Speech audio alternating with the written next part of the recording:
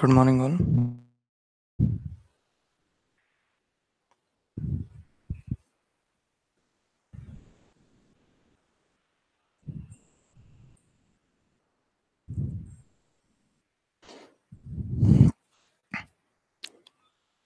So today we'll discuss probability. I'll quickly go through what we learned till now. Uh, so probability is based for inferential statistics. Then there are different definitions of probability, right? So one is based on symmetrical outcomes.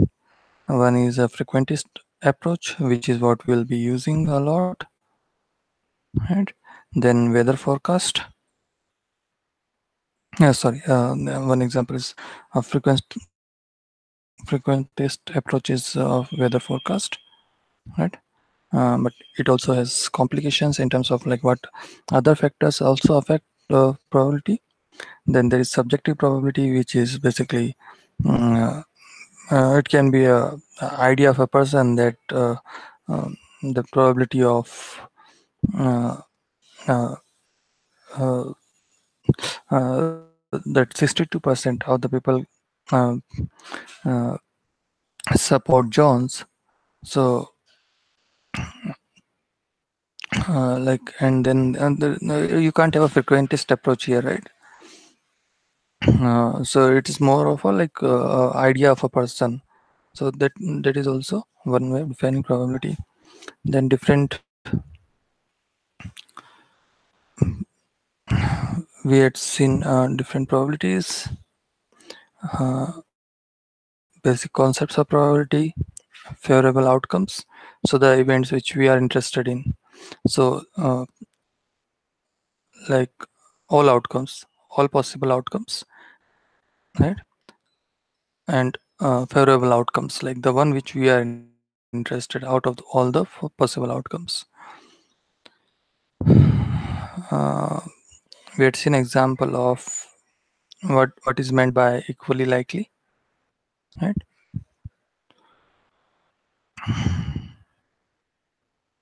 And complementary events.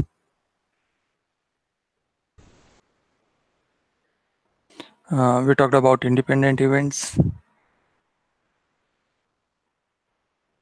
and non-independent events.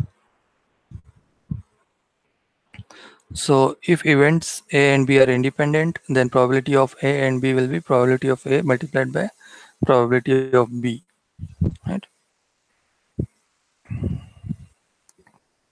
And if events are not independent, we haven't seen here, but like if events are not independent, then that will be a conditional probability, okay? And that will be given by P of A multiplied by probability of B given that event A occurred, okay? Similarly, another way of calculating will be probability of B multiplied by probability of B given that probability of A given that event B occurred, right? If A and B are not happening in a uh, in sequence, right? So if any of these events can happen, then this is how we'll calculate the probability.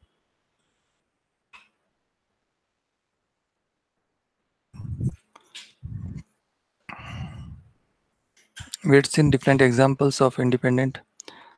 Now, if events A and B are independent, the probability of A or probability of event A or B, so that will be given by probability of A or B is equals to P of probability of A plus probability of B minus probability of A and B.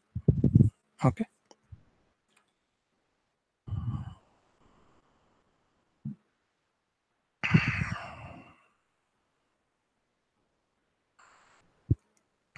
Let's see some examples of that.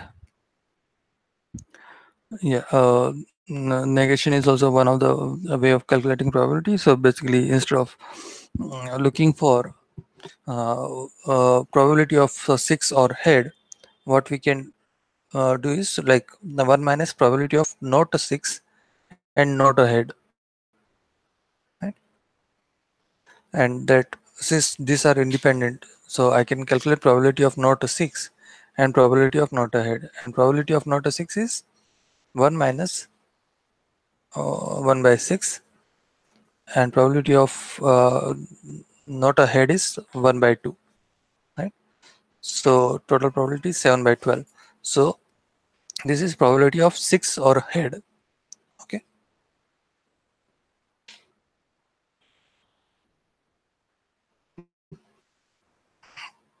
Now, if you have to calculate probability of at least 1 6 in 3 die throws, right? So it means that when you are throwing the dice 3 times, what is the probability that you get at least 1 6?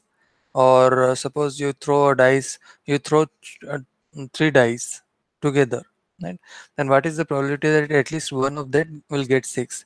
So our probability statement will be like this: 6 on first, 6 on second, or 6 on third, right? So this can also be written as 1 minus probability that not 6 on first and, so this or is changed to and, right? On second and third, right? So probability of not getting 6 on first is 5 by 6, on second is 5 by 6, on third is 5 by 6, right? Because all of these three are independent, right? If it is not independent, we will not be able to calculate it like this way. And then we are subtracting it, 1 minus all of this. This will give us probability.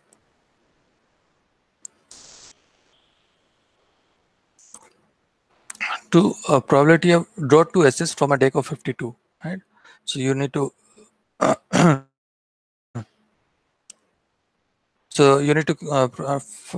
draw 2 S's from the card of 52. So probability of Ace on first row and probability of Ace on second row. You are so here this will be correct only when like the two decks are independent. Okay.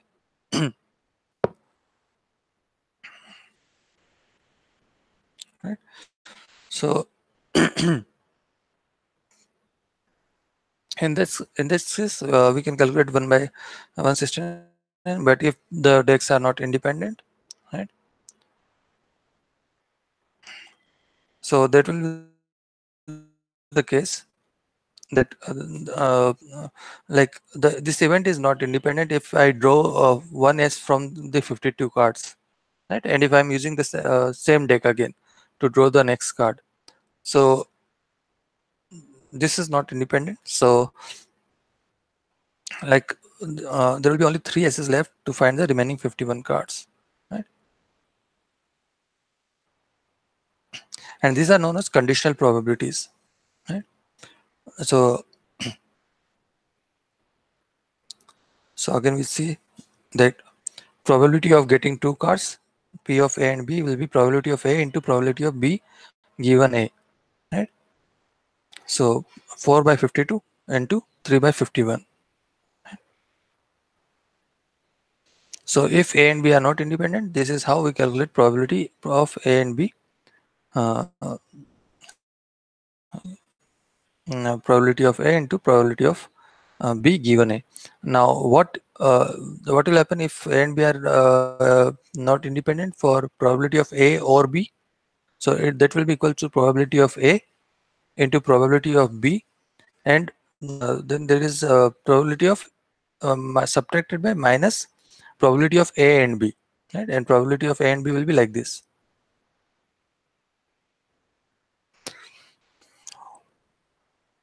So probability of ace of diamonds and a black card. So here like it is the same probability which you have to calculate, that this is probability of A into probability of B given A. But as I was saying that like it can be done in two ways, like uh, probability of A into probability of B given A, or probability of B into probability of A given B, right?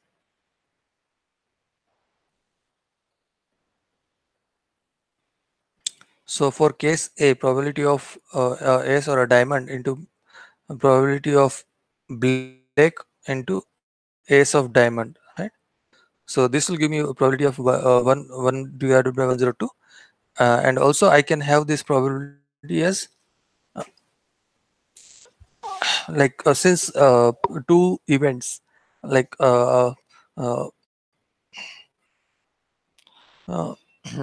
it is not given that which event has to occur first, right? So I can get this probability as well, probability of black into probability of ace of diamond, given the first card is black. Okay, so for case A, the probability is 1 divided by 102. For case B, probability is 1 divided by 102. And the result will be probability of ace of diamonds and black. So probability of case A or case B. So probability of case A plus case B minus probability of case A and case B, right? And probability of case A and case B, right? So that will be these two events, right? Case A and case B, uh, and these are so this probability will be 0, right? Because like uh, these are okay, these two cases, like probability of ace and probability of ace of diamonds and black, right? So they are uh, s- so yeah, so case A will be the first card is ace of diamond, right? And second card is black, right? And in the second case, the second card is ace of diamond, right? So what will be my probability of case A and case B, right? So both of these cannot happen, right? Like either I will get this one case, first case, right? Or I'll get this second case, right? Both of these cannot happen simultaneously, right?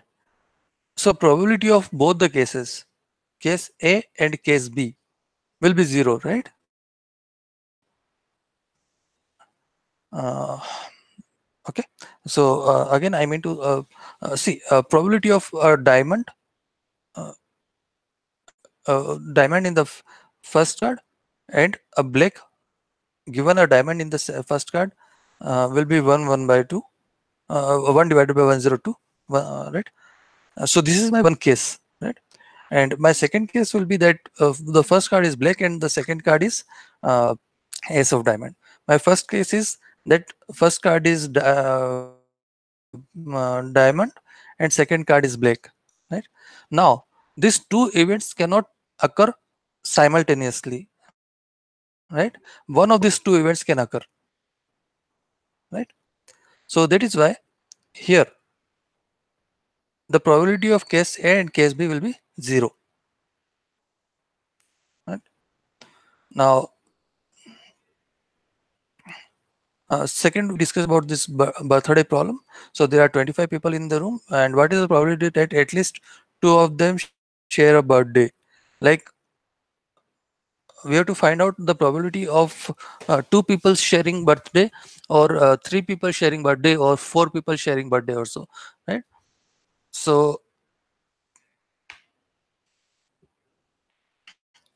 so yeah, here what instead of like having this assuming that uh, there could be 25 dates,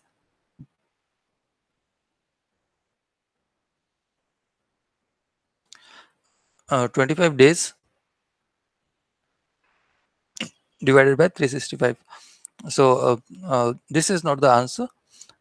We will calculate the answer in this way, that probability that no two people share a birthday.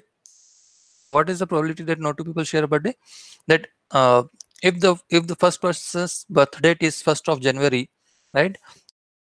Then second person can have any date except 1st of January. So there could be 364 by 365 combinations, right?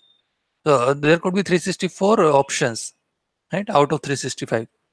So the probability P2, the probability that first two don't share is this much, right? Now the probability that third person does not share, given that there were no previous matches, right? So the third person will only have two 363 options for his or her birthday, right? They cannot take the birth rate of first and second person. This is third person. We'll continue doing like this: P4, P5, P6, and all, right? So what it will give finally, that probability of like if we go on multiplying this, right? So that will be equal to probability that none of the will get probability that none of the 25 share a birthday, right? So this calculations are not correct here. uh, yeah so uh, this probability that none of the 25 share a birthday, that will be equal to okay, this will be equal to multiplication of all of this: P2, P3, P4, and P5, P25, right?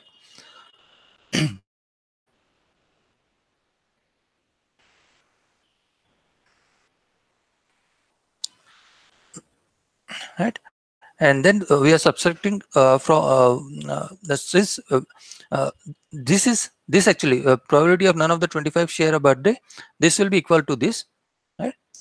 And what we want actually is probability that at least two people share a birthday, right? So that is why we are subtracting it from 1. So 1 minus this probability. So probability that none of the 25 share a birthday will be 0.44, right? And 1 minus this probability will be 0.561, right?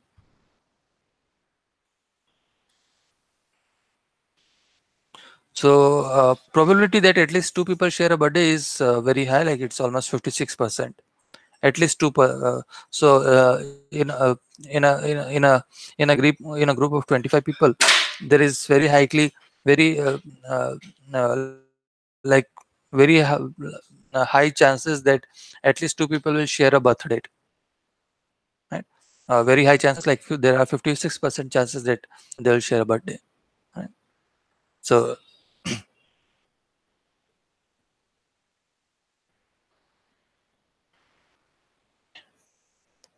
yeah, you can do these calculations for any number of people, right? The gameless policy, yeah, so from here we are starting that uh, like for today's class, gameless policy is is basically also known as Monte Carlo policy, right? uh, so basically it is that uh, uh, suppose for example, like if I'm tossing a coin, right?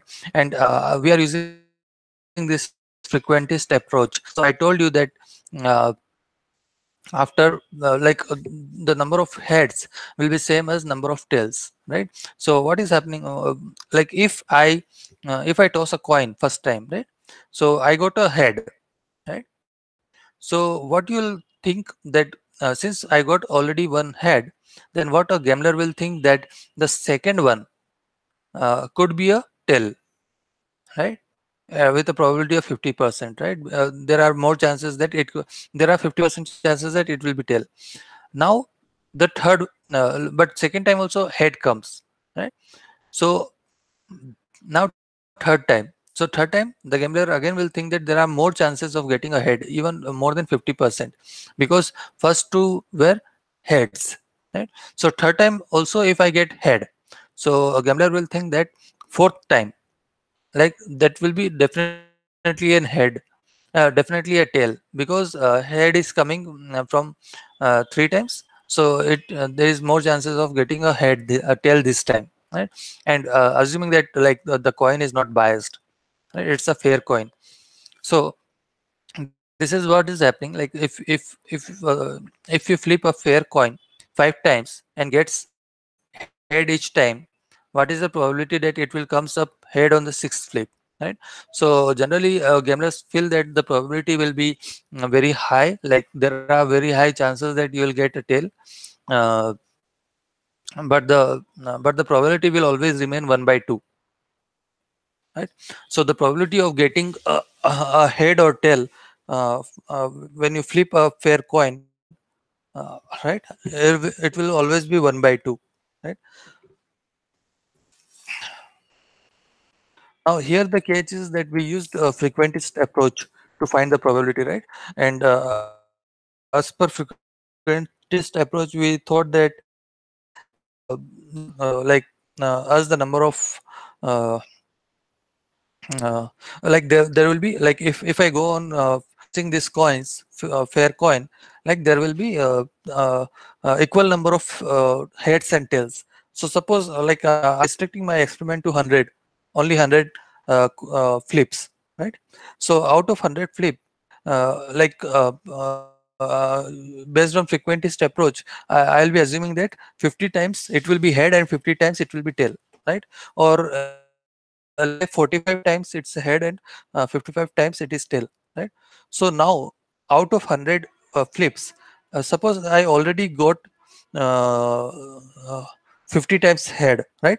So on 51st time I should be getting tail, right? And here my confidence will be 100% that I will get a tail, because already 50 times head occurred, right? So this is the problem here. Like we feel that the number of experiments is 100, like the number of flips will be 100, and out of 100, 50 times should be the head and 50 times should be the tail, right? But that is not the case, because the 100 which limit we are taking, and that may not be correct. It is like you go on the proportion which we are talking about, or the probability which we are talking about is on millions of flips, right? You go on flipping the head, flipping the coin, and you will get either head or tail, right? So like you can do this assessment that when you have 100 coins, you take 100 coins and you just throw them, right, and you then count number of heads and tails. So there is a possibility that you can get 98 heads, right? Or you can get 100 heads, or you can get 40 heads, right? So here, like with a small number of experiment, right? We can't say that the probability of head or tail is going to change, right? It's the, like as the number increases, as the experiment increases, our heads will move towards tail. Like the proportion of head and tail will be moving towards 0.5, but that doesn't mean that the difference is going to be less between number of heads and tails, right? Like ultimately, like if you do this experiments for millions of times, then the difference between head and tail will decrease, right? But you can't say that based on the uh, 5 flips, the sixth flip will be head or tail with more probability, right? Probability will still be 50% only. So this was Gambler's policy. Next is permutations and combinations. So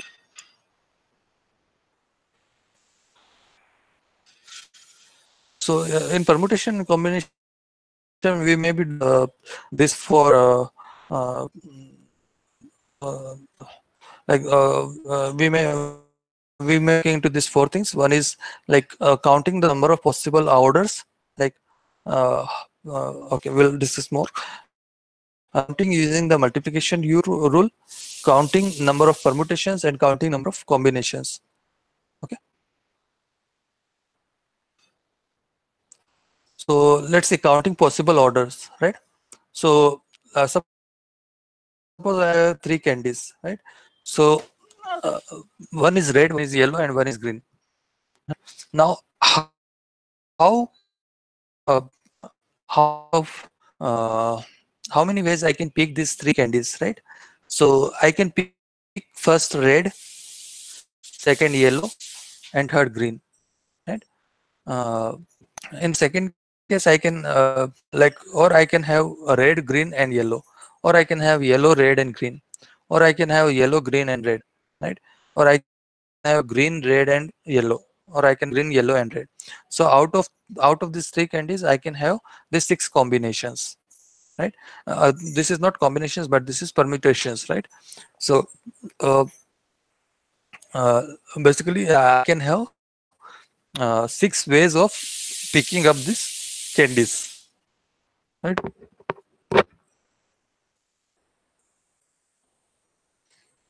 So that this is example of counting number of possible orders, right? So these are possible orders, and we can count them: 1 2 3 4 5 6. Another way is using mathematics, right?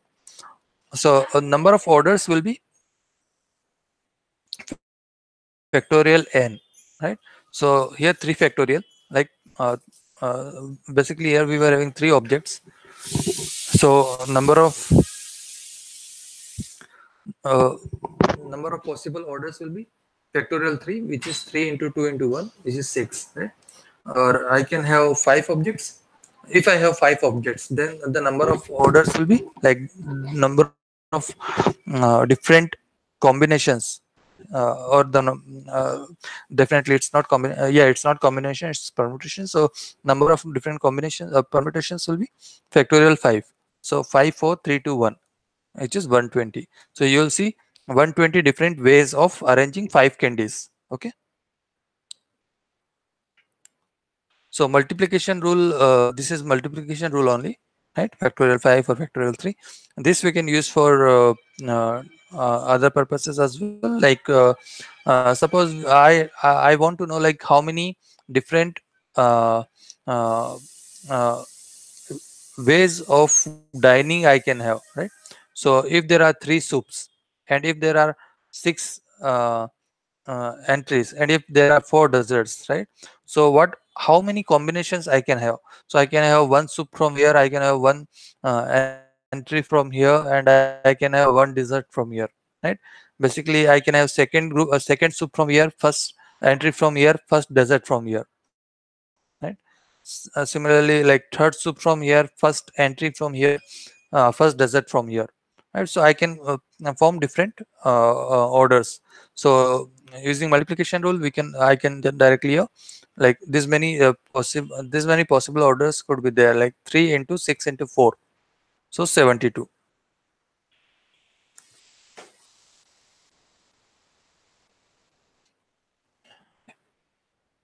Now permutations.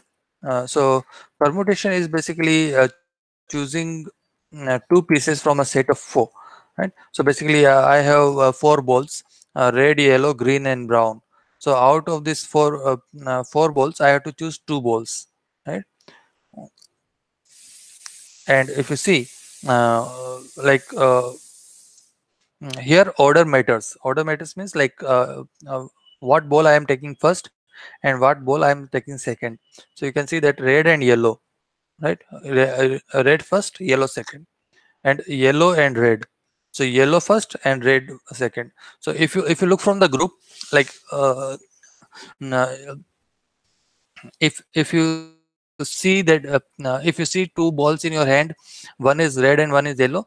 So both of these observations will be similar, right? Like there are two balls and you don't care whether it's like first one is red or second one is red, right? So uh, uh, that is a different uh, that is known as combination. Okay. Here we are talking about permutation. So permutations have orders intact, right? So red first and yellow second will be different from yellow first and red second, right? So these are so basically the here yeah. So it is permutation is choose two pieces from a set of four. Okay. And permutations will be calculated is denoted as np4 equals to factorial n upon factorial n minus r, where r is like the number of balls we have to take. For example, n is total numbers of objects, and r is the number of objects which I am interested in. So for example, four out of four balls, two balls you have to take at a time. So it is 4p2. 4p2, which is factorial 4 divided by factorial 4 minus 2, which will be equal to 12. Okay. Now, if the same thing is for combinations, so we can directly see it will be factorial 4 uh, divided by 4 minus 2 factorial and 2 factorial, right? So 4 into 3 into 2 into 1, 2 into 1, 2 into 1 is equals to 6. So here you can see, like, since we are going for we are not looking for order here, right? Like red and yellow is same as yellow and red, right? So all these orders will be are divided by uh, all these orders are divided by 2, right? So see here, like I'm not interested in, if I already got red and yellow, I'm not interested in yellow and red. So you can see here cross, right? So basically I am not interested in the order, so that is combination. Okay. Next we have binomial distribution, and we have Poisson distribution as well, probabilities. So uh, we'll discuss this probabilities for binomial and Poisson distribution in our next class. Binomial, Poisson, and there is one more distribution, sorry, multinomial distribution. And then we have hypergeometric distribution. So we'll talk about all these four distributions in our next class. Okay. Okay. So thanks a lot for attending this class today. Uh, if you have any queries, questions, do write me. I will discuss them on WhatsApp itself, or I'll take it up in my next class.